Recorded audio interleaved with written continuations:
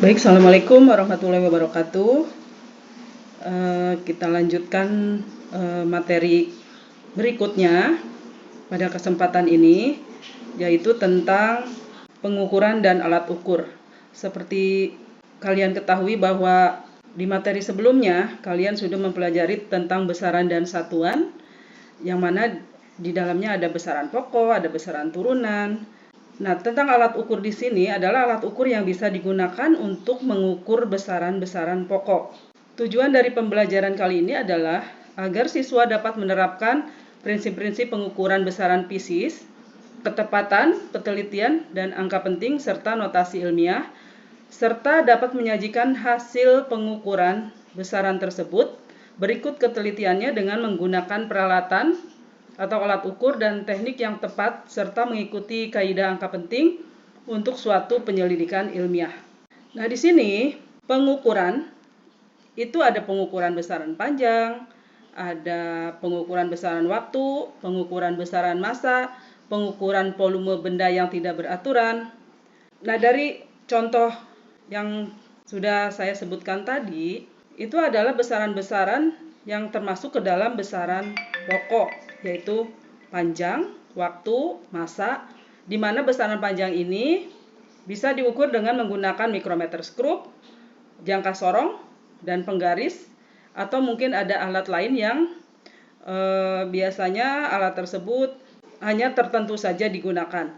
Kemudian besaran waktu, misalnya stopwatch, bisa stopwatch analog, stopwatch digital.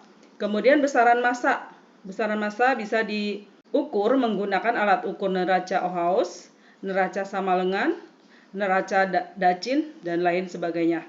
Kemudian ada lagi pengukuran volume benda tidak beraturan. Itu biasanya menggunakan beberapa besaran. Nah, sebelum kita masuk ke dalam alat ukur apa saja dan bagaimana cara menggunakannya, biasanya di dalam pengukuran itu ada yang disebut dengan ketidakpastian hasil pengukuran.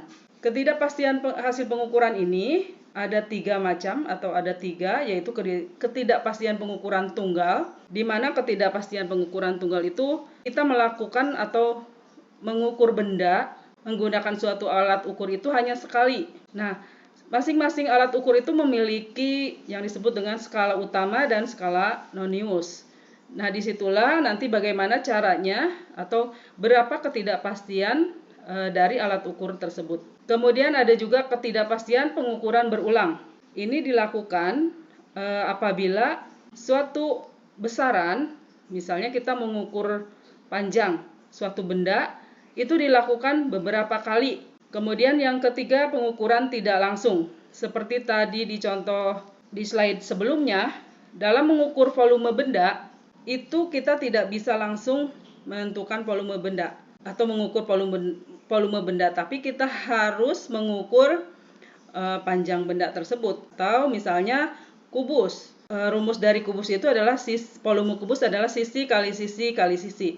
Berarti kita harus mengukur besaran panjang sisi pertama, sisi kedua, dan sisi ketiga untuk memperoleh hasil pengukuran atau untuk memperoleh nilai volume dari benda tersebut. Nah, di sini pengukuran tidak langsung ada 2, yaitu pengukuran tidak langsung dari pengukuran tunggal dan pengukuran tidak langsung dari pengukuran berulang. Nah, yang pertama, besaran pokok dari panjang atau besaran panjang. Ada beberapa contoh alat ukurnya. Di sini ada penggaris, ada mikrometer skrup, ada jangka sorong. Kita bahas dulu bagian-bagian dari mikrometer skrup dan fungsinya. Nah, di sini ada yang disebut dengan landasan poros, kemudian ada poros itu sendiri, kemudian ada selubung dalam, di mana selubung dalam ini menunjukkan skala utama dari mikrometer tersebut. Kemudian ada juga selubung luar, di mana selubung luar itu menunjukkan skala nonius yang bergerak ketika benda diletakkan di antara landasan poros dan poros, sehingga skala nonius inilah yang akan berubah. Kemudian ada kunci poros, ada bingkai dari poros itu sendiri atau bingkai dari mikrometer skrup itu sendiri. Kemudian yang terakhir adalah ada roda bergigi di ujung mikrometer skrup. Kemudian bagian-bagian jangka sorong, ada rahang luar, ada rahang dalam, kemudian tangkai ukur kedalaman, kemudian skala utama, bisa dalam milimeter, bisa juga dalam sentimeter. Kemudian yang atas nomor 5 itu adalah skala utama tapi dalam satuan inci. Kemudian nomor 6-nya adalah skala Nonius dalam satuan mili. Kemudian nomor 7-nya skala Nonius juga tapi dalam satuan inci. Kemudian skrup pengunci dan skrup ibu jari. Yang kedua, besaran pokok yang kedua adalah massa. Massa bisa diukur menggunakan neraca. Di sini ada berbagai macam neraca.